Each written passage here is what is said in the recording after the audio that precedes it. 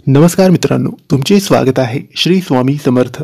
मित्रांनो, तुम्हाला माहीतच असेल की वर्षाचा पहिला सण हा मकर संक्रांती असतो. सूर्य जेव्हा धनु राशीतून मकर राशीत प्रवेश करतो त्याला संक्रांती असे म्हणतात. मकर राशीत जातो म्हणून त्याला मकर संक्रांती असे म्हणतात.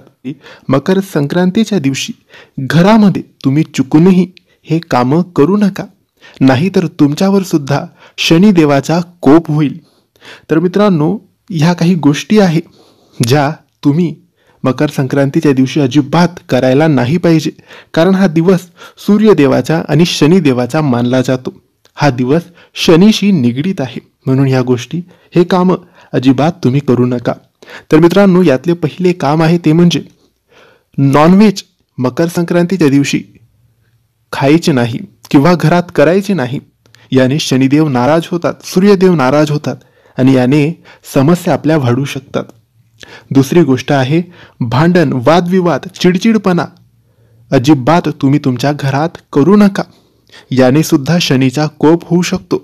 शनिदेव आणि सूर्यदेव तुमच्यावर नाराज होऊ शकतात. मित्रांनो, तिसरी गोष्ट आहे ती म्हणजे व्यसनी माणसासाठी.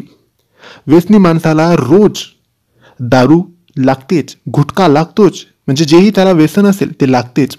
तर मकर संक्रांतीच्या दिवशी त्याने अजिबातच कोणतेही व्यसन करू नये, नाहीतर शनीचा कोप होईल आणि 7.5 सुद्धा लागू शकते. तर मित्रांनो, चौथी गोष्ट आहे ती म्हणजे वाईट बोलू नका, वाईट वागू नका. या दिवशी कोणाबद्दलही वाईट विचार सुद्धा करू नये. आपले मन पवित्र ठेवावे, मनात चांगले विचार ठेवावे, याने शनिदेव प्रसन्न होतात.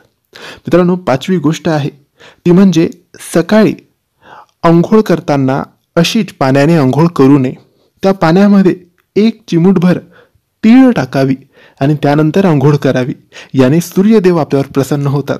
तर मित्रांनो, हे काही कामं आहेत ते तुम्ही या दिवशी चुकून सुद्धा करू नका, नाहीतर 7.5 लागेल, शनीचा कोप सुद्धा होऊ शकतो. तर मित्रांनो, माहिती तुम्हाला आवडली असेल तर लाईक आणि शेअर करा. काही प्रश्न असतील तर कमेंट्सद्वारे विचारा आणि आमच्या चॅनलला सबस्क्राईब करायला विसरू नका. धन्यवाद.